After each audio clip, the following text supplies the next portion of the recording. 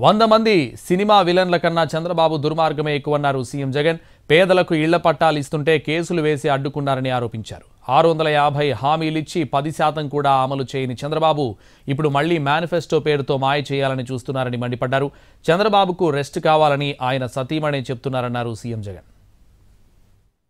ఒక ఒంగోలే కాదు, ఏ జిల్లాను చూసినా బాబు పేదలకు ఇళ్ల స్థలాలు ఇవ్వలేదు. మనం ఇస్తుంటే బాబు అసూయ దాగటం లేదు. ప్రతి జిల్లాలో బాబుది ఇదే దుర్మార్గం.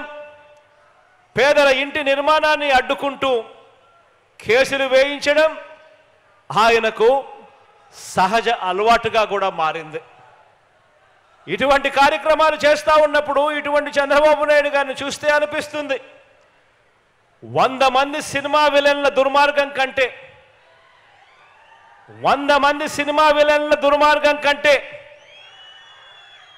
పురాణాలలో మనం కథలుగా విలన్లుగా చెప్పుకునే రాక్షసులందరికంటే కూడా ఒక్క బాబు దుర్మార్గం వీళ్ళందరి విలన్ల కంటే ఎక్కువే అని చెప్పి కూడా ఇటువంటి అన్యాయాలు చేస్తూ ఉన్నప్పుడు చూస్తే అనిపిస్తుంది. 150 వాగ్దానాలు ఇచ్చి మేనిఫెస్టో అని చెప్పి చూపించి ఎన్నికలప్పుడు రంగురంగుల మేనిఫెస్టోగా చూపించి ప్రతి సామాజిక వర్గానికి అది చేస్తా ఇది చేస్తాను అని చెప్పి ఏకంగా 650 వాగ్దానాలు తానిచ్చి 10% కూడా అమలు చేయకపోయినా ప్రజలు తనను ఎట్టి పరిస్థితిలోనూ కూడా నమ్మటం లేదు అని చెప్పి ఈ పెద్ద మనిషికి తెలిసిన బాబు నిస్సిగ్గుగా మళ్ళీ ఎన్నికలు వచ్చేసరికి మళ్ళీ కొత్త మేనిఫెస్టో తీసుకొని వచ్చి ప్రతి ఇంటికి కేజీ బంగారం ఇస్తానని, ప్రతి ఇంటికి బెంజ్ కారు కొనిస్తాను అని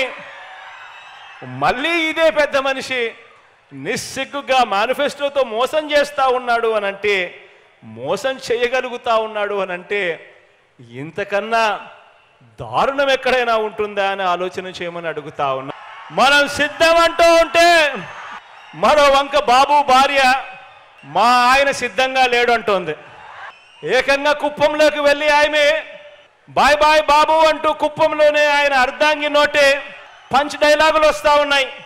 మరి ఇలాంటి ఈ బాబును ఎవరు సమర్థిస్తూ ఉన్నారు అనంటే ఆంధ్ర రాష్ట్రంలో ఉన్న ప్రజలు సమర్థించడం లేదు, చివరికి కుప్పంలో ఉన్న ప్రజలు కూడా సమర్థించని పరిస్థితి.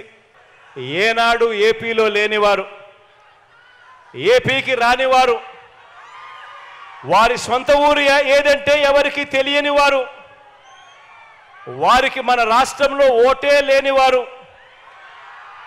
ఇక్కడ మన రాష్ట్రంలో దోచుకోవడం, దోచుకున్నది పంచుకోవడం దీనికి అలవాటు పడిన వారు మాత్రమే, అలాంటి నాన్ రెసిడెంట్ ఆంధ్రాస్ మాత్రమే చంద్రబాబు నాయుడిని సమర్థిస్తారు.